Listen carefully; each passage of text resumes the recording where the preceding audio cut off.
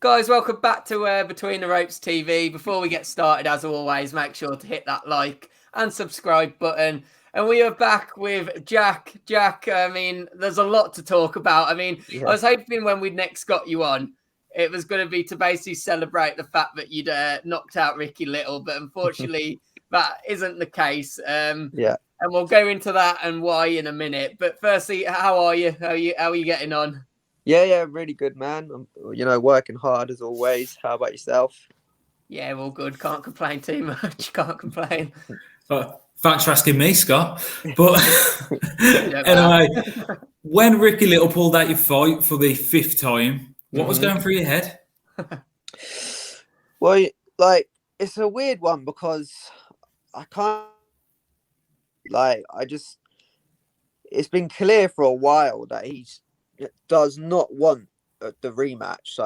Yeah, And I kind of been expecting it the whole camp that he was going to do it. So, I kind of prepared myself mentally for him to pull out anyway. So when Steve called me and he told me he's pulled out, it didn't really come as a shock or no surprise. It was expected in my opinion, but it's just annoying that I've put so much hard work in over the last, couple of months and sacrificed so much in my personal life and so on for him to do that. It's disgusting, really, but it is what it is at the end of the day. yeah. I mean, I watched that. Obviously, you said on your Instagram about the fact that you've gone part time with work. You've put Mm. the hours in. You've put the money in as well. It's one of them, isn't it? Where I mean, we tried to get him on, didn't we? We tried to Yeah, get We him did. on Between the Ropes TV for you guys to have a bit of back and forth, and it was a bit of a strange one then when. For someone that's supposed to be wanting to promote the fight, it didn't mm. really seem to engage in it. I mean, from you, was that just probably because at that point, did you think it was probably because he just didn't want the face to face, or was that a bit of an alarm bell at that point?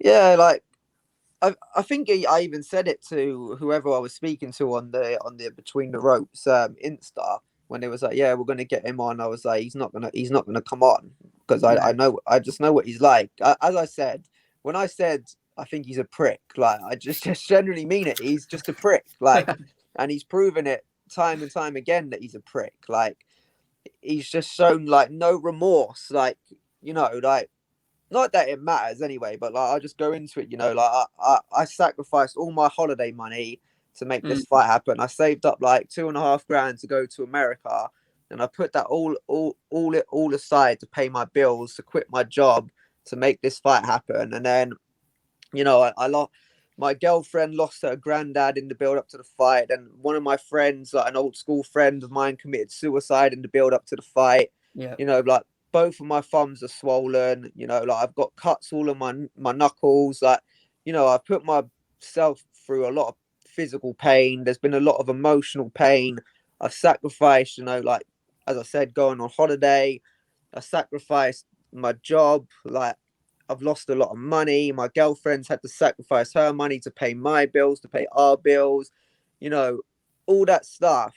And for him just to pull out again for the fifth time now, it just shows that Mm. he's got no remorse, like no feelings. He's just a self-centered prick, and just doesn't care about anything or anyone but himself, really. Yeah, Yeah, definitely. I was going to say, I think with no reason as well, it's just ridiculous, but you can be proud of yourself. I think the Exactly. fact that Yeah. you've still stuck at it and you've made these choices for boxing, Mm. people will see it and you'll still go far from it, I think. Yeah, But definitely, 100%. Like, you know, I never make excuses like at all. Like, no matter what happens, like boxing is always my number one focus. Whether with Yeah. anything, and I dedicate my life to it, and I put so much into it. And like to see people doing that, like what he's doing, it's just a waste of everyone's time, like emotionally, physically, and like it's just such a disrespect to me, to the sport, like to himself. Like he should be so ashamed, but he probably doesn't give a fuck, really.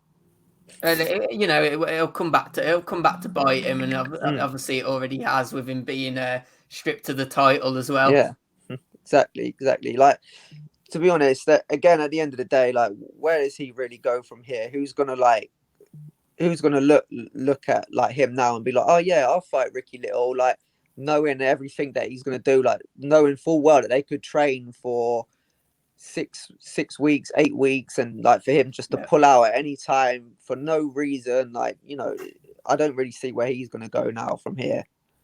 Yeah, well, in one of your videos, you said you think he should have his license taken off him. Oh, But does a bit of you hope he doesn't, so you can still get in the ring with him? Because there's bad blood there. Surely you're thinking to yourself, you still want to get your gloves on him. You still want to teach him a lesson. You wouldn't show what? Funny enough, like my girlfriend said the same thing to me the other day, but just full well now that, like, you know, the 5th time and everything that I've went through and put in, I will never ever get in the ring with him again. I'll never give him the satisfaction like of me going through all that again and for him just to like pull out. I don't even care. He can take the W. He can have the W over me, but I will never give him that chance again. I think whether he's got the W on his record or not, in reality, I just think I've just made him look like a prick. I think he's ruined his own career.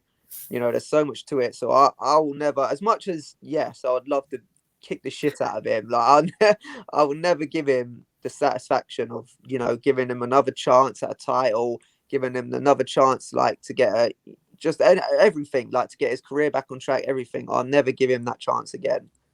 Jack, we obviously spoke. You know, we've kind of spoke about the fact that he did pull out. Did you get any kind of reasoning? Was there any valid reason as to why he's pulled out, or was it literally just you heard from your management he's pulled out and that was it? Obviously, the first obviously couple times I got a reason. I asked for the reasons and so on, but you know, this time around I didn't even ask. I just really didn't care. So like I don't even know why. And to be honest, I couldn't really even care less. Like even if he come up with the best excuse in the world, I would just call bullshit all over it. You know, like it's too many times now for me to even bother even asking Steve, like who's my manager, like why has he pulled out again? Like it's just pointless. Like who really cares now? Like he's done it 5 times, so who cares? Who cares? Yeah, Yeah, definitely. well, moving on, the good news, you're still fighting on the 27th of November. Yes, And definitely. this time you're going to be fighting against Raymond Comey, is how I'm going to pronounce it, whether I'm right or wrong, I don't know. That's how I've been saying it. My girlfriend's telling me I'm saying it wrong, but that's how I'm saying it. I would have said the same, so we're all wrong. Yeah, I think majority's right then, isn't it? Yeah, exactly. But how do you feel about he's a natural featherweight. So like he's got the size difference and like how's training and all this come into play for you? Because a light change of opponent, someone who's naturally bigger, how's your training differ? Yeah, like training's still pretty much the same because, you know, we were preparing for a 10. If anything, like training's kind of eased off because we was preparing for a 10-round war.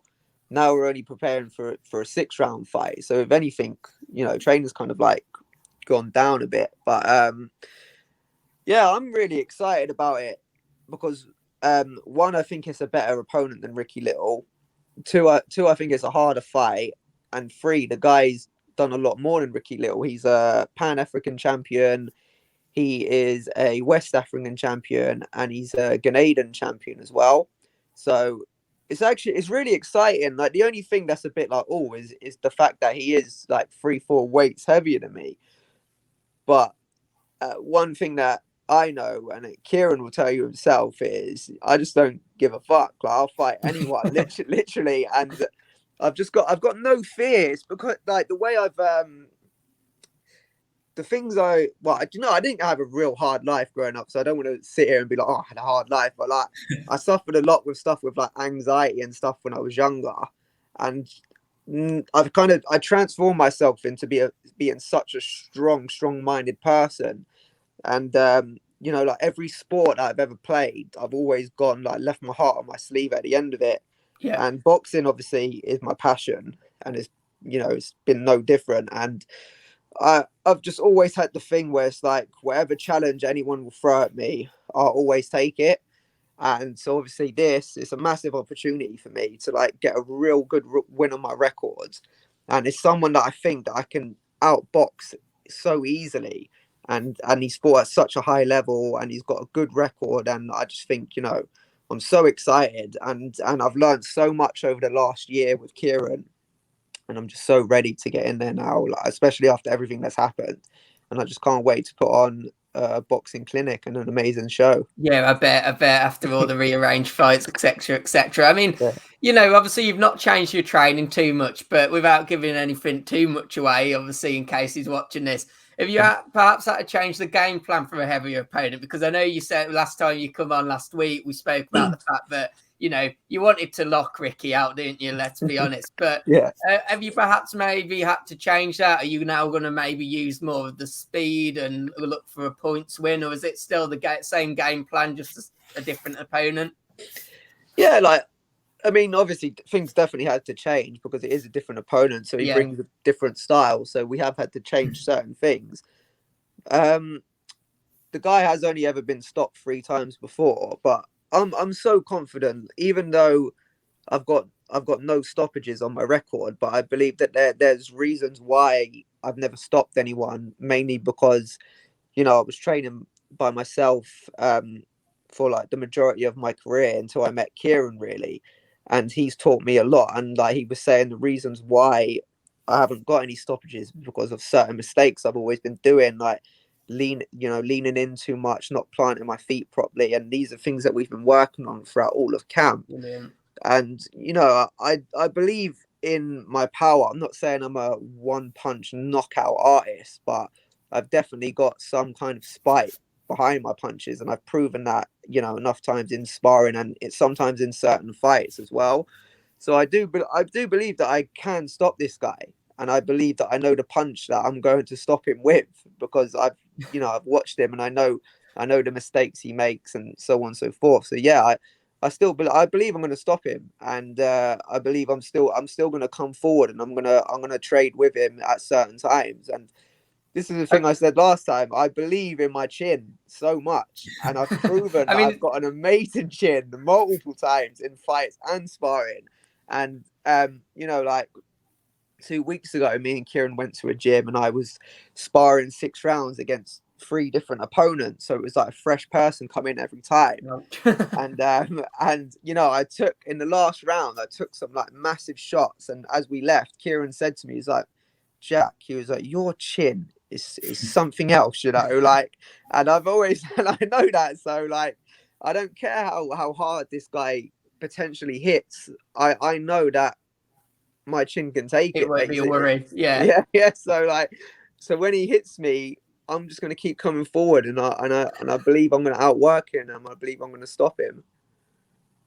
Well, hopefully that happens, and then you move on, which is still going to fight for the Southern Area title, but it's going to be next year around March time. Yeah. So does it matter who the opponent is, or are you just going to go in and you're going to knock them out as well?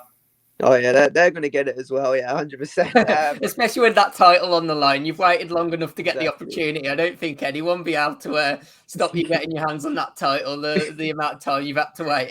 Exactly, mate. Yeah, the title is definitely mine come March. This definitely coming home with me. I've worked so hard, you know, especially in this last year, you know, like, so that title was mine. My Southern Area title fight is going to be in March 12th.